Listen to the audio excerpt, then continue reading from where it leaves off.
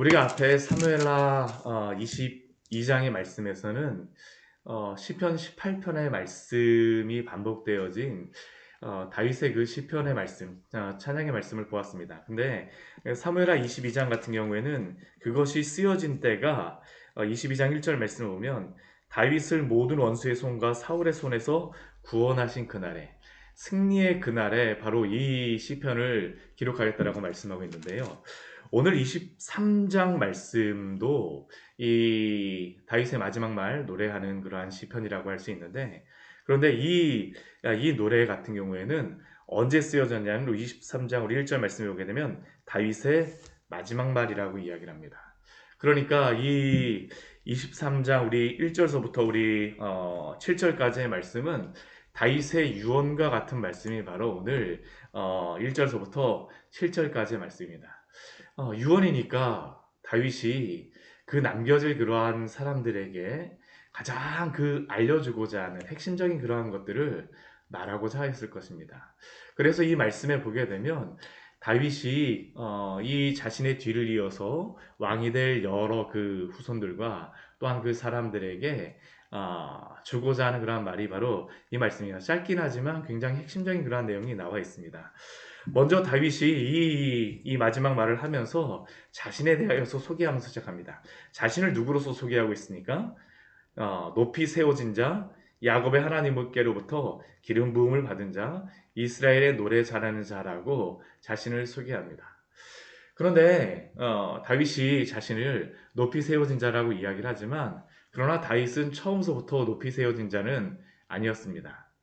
그가 여기에 마지막 말이라고 하면서 이세의 아들 다윗이라고 이야기를 하고 있죠. 이세의 아들 다윗. 처음에 다윗의 그러한 시작, 다윗이 그 등장하는 그러한 모습은 결코 높이 세워진 자로서, 존귀 여김을 받는 자로서 그가 세워진 사람이 아니었습니다. 우리가 사무엘상의 말씀을 보다 보면 좀 이해가 안 되는 그러한 말씀이 있는데, 16장 말씀에 보면 사울이 그 악신이 들었을 때에 이것을 치료하기 위해서 어떤 일을 행하냐 하면 이 수금을 탈주하는 사람을 이스라엘 전역에서 고릅니다. 그래서 뽑혔던 사람이 누구냐면 바로 다윗이었습니다. 그래서 다윗이 그 사울이 악령이 들었을 때에 그 수금을 탈 때에 사울의 그 모든 악신이 떠나가고 상쾌해졌다라고 말씀합니다. 그럼 이렇게 기록되고 있으면 사울이 다윗에 대하여서 분명히 알 것 같은데, 그 뒤에 17장의 말씀을 보게 되면 다윗이 그 골리앗하고 싸워요. 전쟁을 합니다. 근데 전쟁을 하고 이기고 나서 갑자기 사울이 그 주변에 있는 사람들에게 무엇이라고 이야기하냐면 아브넬에게 도대체 이 소년이 누구의 아들이냐? 이 소년이 도대체 누구냐라고 질문하자 아브넬도 자신도 이 소년이 누군지 모른다라고 대답을 합니다. 그래서 그 다윗에게 그 다윗이 누구인가라는 것을 질문하자 다윗이 자신을 소개합니다. 베들레헴 사람 그 이새의 아들이니이다라고 자신을 소개합니다. 참 이게 이상합니다. 아니 그렇게 어떻게 사울의 옆에서 악령이 들릴 때마다 다윗이 가서 그렇게 수금을 타고 그랬었는데 어떻게 다윗을 잘 알 수가 없지? 그런데 사울이 다윗을 완전히 몰랐다라고는 할 수 없겠죠. 여기서 완전히 몰랐다라는 그러한 의미보다는 그가 어디 출신인지, 그의 아버지가 누구인지를 모른다라는 겁니다. 왜 몰랐을까요? 집중할 필요가 없었다는 겁니다. 그만큼 존귀한 자가 아니었어요. 그럼에도 불구하고 다윗이 높이 세워진 자가 되어진 이유가 무엇입니까? 하나님이 바로 그를 높이 세우셨기 때문입니다. 그가 높이 세워진 자로 존귀한 자로 태어난 것이 아니라 하나님이 그를 세우셨기 때문에, 하나님이 높여 주셨기 때문에. 우리 그래서 1절 우리 뒤에 말씀해 보게 되면 야곱의 하나님께로부터 기름 부음을 받은 자라고 그가 고백을 하죠. 사람에게 처음에는 주목받는 사람이 아니었지만 하나님이 주목하시고 세우시고 기름 부으셨기 때문에 다윗이 자신이 높이 세워진 자요, 기름 부음을 받은 자라고 고백하는 것입니다. 사랑하는 성도 여러분, 사람에게 주목받기를 원하기보다 하나님께 주목받는 귀한 소망함이 있기를 축원합니다. 우리의 소망함은 사람들에게 유명해지는 것이 아니라 하나님이 우리를 보시고 하나님이 우리를 택하시고 하나님이 우리를 주목하시고 하나님이 우리에게 은혜를 베푸신 것이 바로 우리의 기쁨이요 성도의 즐거움 아니겠습니까? 다윗이 그것을 고백을 하고 있죠. 여호와께서 나를 높이 세워진 자, 기름 부음 받은 자, 주님이 주목하시는 자로 세우셨다. 그렇다면 이렇게 세움 부음을 받고 높이 세워지고 기름 부음을 받고 나서 그가 이스라엘의 왕으로서 무엇을 행하십니까? 우리 23절 말씀을 보면 다윗이 이 이스라엘을 다스렸던 지도 원리를 두 가지를 우리에게 말씀하고 있습니다. 이 말씀은 모든 지도자가 되고자 하는 사람, 앞에 서고자 하는 사람에게 다 해당이 되어지는 그런 말씀이라고 생각합니다. 우리 23장 우리 3절 말씀에 보면 그가 무엇으로 나라를 다스렸다라고 이야기를 합니까? 사람을 공의로 다스리는 자, 하나님을 경외함으로 다스리는 자라고 말씀하고 있죠. 다윗이 나라를 어떻게 다스렸느냐?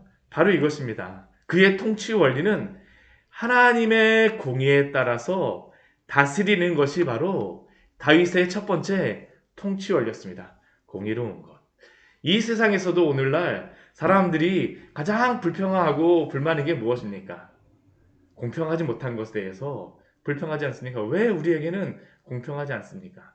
그러나 다윗이 사람들을 다스렸던 그러한 원리는 바로 공의로서, 공평함으로써 다스렸다라는 겁니다.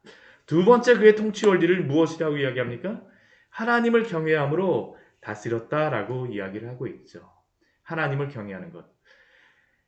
단순히 공의를 행하는 것만이 중요하지 않습니다. 반드시 그 뒤에 무엇이 따라와야 되냐면 하나님을 경외하는 것이 따라와야 됩니다. 왜 그럴까요?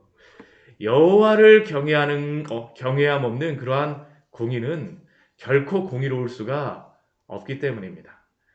이 세상의 많은 법과 질서와 많은 그러한 생각들이 그 옳다라고 이야기를 하고 공의롭다라고 이야기하고 나에게 공평하게 해달라고 이야기를 합니다. 그러나 그것이 항상 공평할 수 없고 공의로울 수가 없어요. 왜냐하면 그 공평하다라고 하는 것은 항상 무엇을 나타냅니까?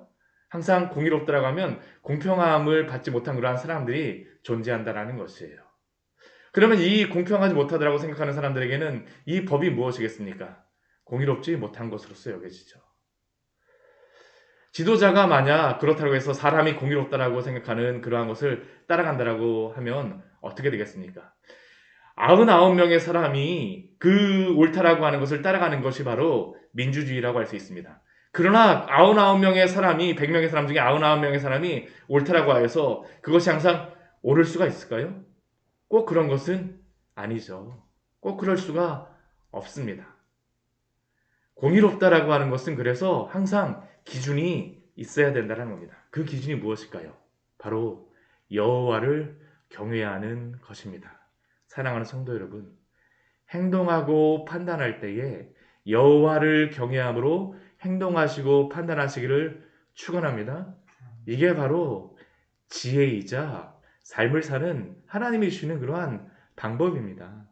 하나님 앞에서 공의롭게 살아가고 판단하고 행동하는 것. 이게 바로 다윗이 나라를 다스렸던 방법이며 또한 하나님께서도 이스라엘 백성에게 알려주셨던 왕이 다스리는 방법이었습니다. 우리 신명기 17장 18절과 19절 말씀에 보게 되면 이스라엘의 왕이 되었을 때에 나라를 다스리는 그러한 방법에 대해서 이렇게 말씀합니다. 우리 말씀 같이 한번 찾아보도록 할까요? 우리 신명기 17장 18절과 19절의 말씀입니다. 이스라엘의 왕이 되었을 때에 하나님께서 왕이 되면 이렇게 행하라라고 말씀하시는 명령이 있습니다. 그 앞에는 행하지 말라라고 하는 것이 있는데 행하라라고 따르라라고 말씀하시는 것은 이거 하나밖에 없어요. 우리 17장, 우리 18절, 우리 19절 말씀 같이 한번 18절, 19절 말씀 같이 한번 읽겠습니다.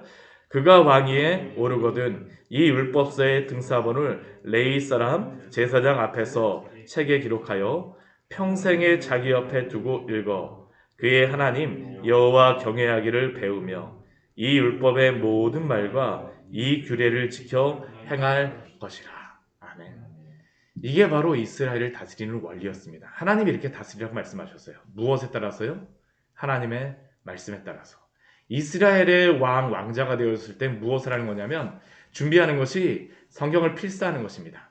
한 글자 한 글자 씁니다. 그때는 책이 우리와 같이 지금 이렇게 뭐 성경책이 나오는 것이 아니기 때문에 성경책을 한 글자 한 글자 쓰면서 준비합니다. 그리고 그 쓴 그 성경책을 어떻게 합니까?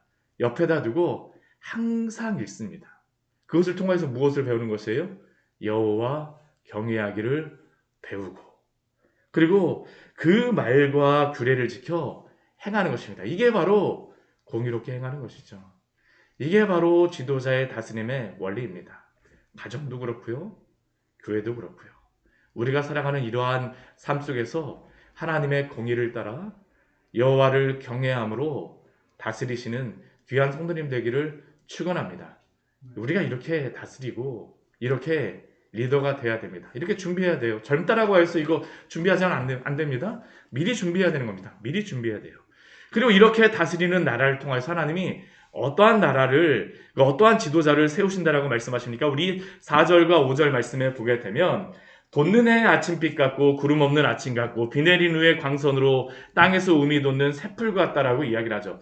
이렇게 다스리는 그러한 사람이 돋는 해와 같고 구름 없는 아침 같고 비 내리는 광선 같고 우미 돋는 새풀과 같다는 겁니다. 이렇게 다스림을 받는 나라도 이러한 나라가 되어지고, 이렇게 다스려지는 가정도 이러한 가정이 되어진다라는 것이죠. 이러한 공의와 여호와를 경외함으로 다스려지는 나라. 그러나 이렇게 다스려지는 나라는 그 결국에는 무엇을 의미하는 거냐 하면 단순히 그냥 이 세상에 있는 그러한 나라만을 의미하지 않습니다. 다윗이 이렇게 다스리는 지도자와 이러한 나라를 무엇으로서 이야기하냐면 5절 말씀 보게 되면 내 집이 하나님 앞에서 이같이 아니하냐라고 하고, 그가 말하고 하나님이 나와 더불어 영원한 언약을 세우셔서 이러한 것들을, 이러한 소원을 이루신다라고 이야기하고 있습니다. 이것은 결국 무엇을 이야기하는 거냐 하면 사무엘하 7장 말씀에서 다윗이 하나님께 받았던 그 약속, 다윗의 언약에 따라서 그의 그 집과 그의 나라가 이렇게 세워지기를 기도하며 소망하는 것입니다. 다윗의 언약의 핵심이 무엇이었습니까?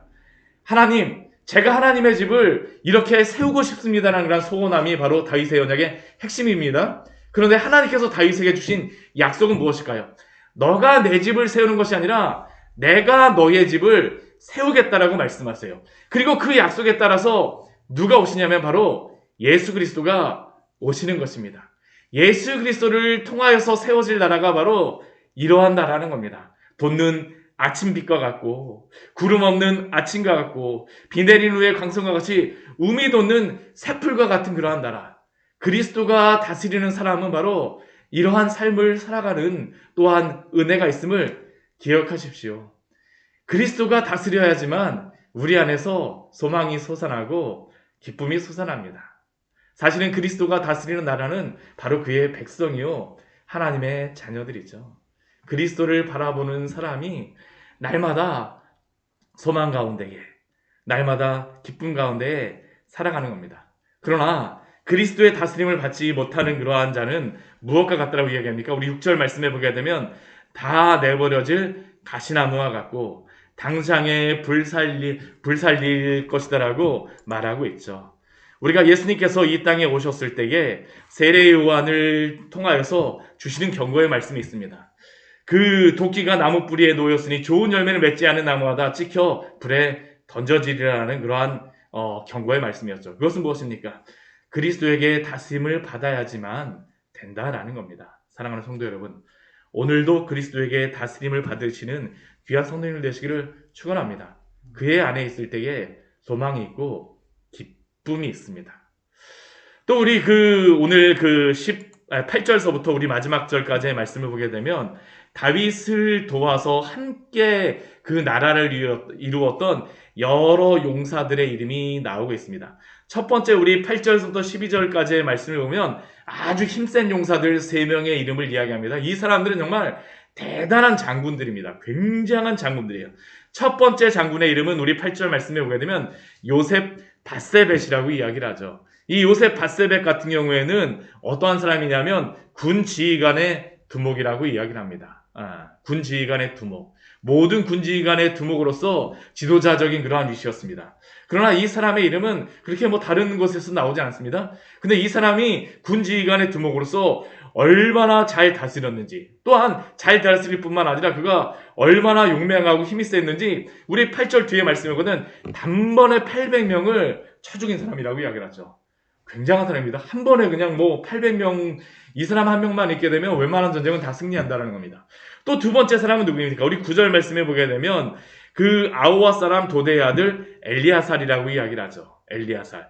이 엘리아살 같은 경우는 어떠한 일을 행하였냐 하면 그가 얼마나 전쟁을 잘하는지 손이 피곤하여서 그의 손에 그 칼이 붙기까지, 손을 못 움직일 정도까지 막 그 전쟁에서 싸워서 이겼습니다. 이 블레셋과의 전쟁에서 이 엘리아살이 그 굉장한 그 성공을 거두었다는 것, 그 승리를 거두었다는 것이죠.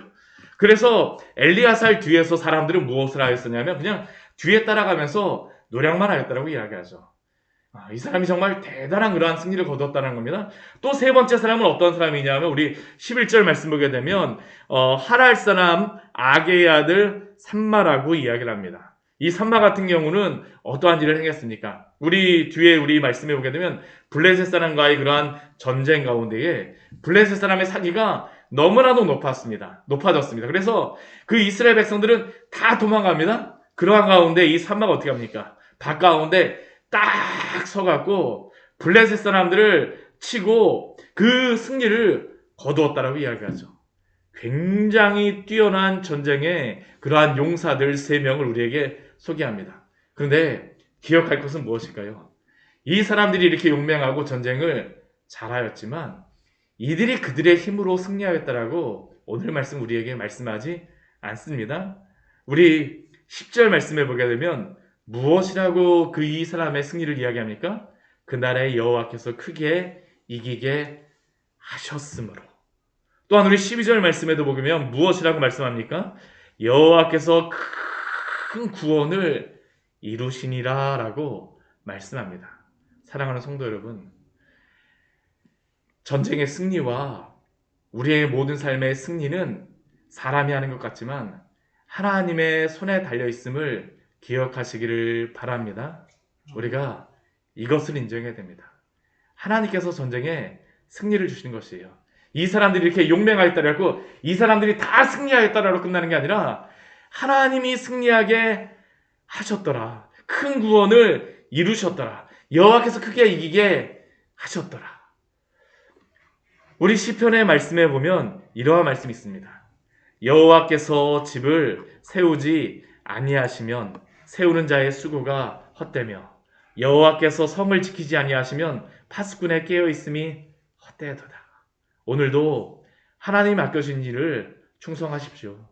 그러나 그 모든 일 가운데 하나님이 이루실 것을 기대하고 하나님을 의지하시기를 축원합니다. 이게 성도의 승리의 방법입니다. 또 우리 세 번째 우리 또 뒤에 보게 되면 우리 13절부터 17절까지의 말씀을 보게 되면 3명의 용사가 나오고 있습니다. 그런데 이 3명의 용사는 큰 뛰어난 사람들이었었지만 이름이 나오질 않습니다. 이름이 나오질 않아요. 그냥 삼식두목 중 3사람이라고 이야기를 하죠. 이 사람들이 어떠한 일을 행하였었냐면 다윗이 아둘람굴에 가서 블레셋과 전쟁할 때에 그 다윗이 이 아둘람굴에서 그 얼마나 그 한 가지의 소원이 생겼는데 그것이 무엇이었었냐면 너무나도 목이 마른 겁니다. 너무나도 목이 말라서 이야기를 합니다. 베들레헴 성문곁 우물물을 누가 내게 마시게 하겠느냐. 그러자 이 3 용사가 어떻게 하냐? 이름도 없는 이 3명의 용사가 블레셋 사람의 그 진영을 돌파해서 베들레헴에 지금 블레셋 사람의 요새가 있었는데 그 블레셋 사람의 진영을 돌파하여서 가서 그 베들레헴 우물물을 길어서 다윗에게 가져왔습니다. 저도 예전에 이스라엘 갔을 때에 이 그 우물물이 있는 데를 한번 가서 보았었는데요. 여기서 우물물을 길어왔구나. 전승에서 이렇게 내려온 곳이 돼서 거기 가서 한번 갔다 왔었는데 근데 다윗이 그 우물물을 받았을 때에 그가 행한 것은 무엇입니까? 마시기를 기뻐하지 않습니다. 이 우물물을 누가 나에게 마시게 할까라고 하고 나서 마시기를 기뻐하지 않아요. 대신 그가 어떻게 합니까? 여호와께 부어드리죠.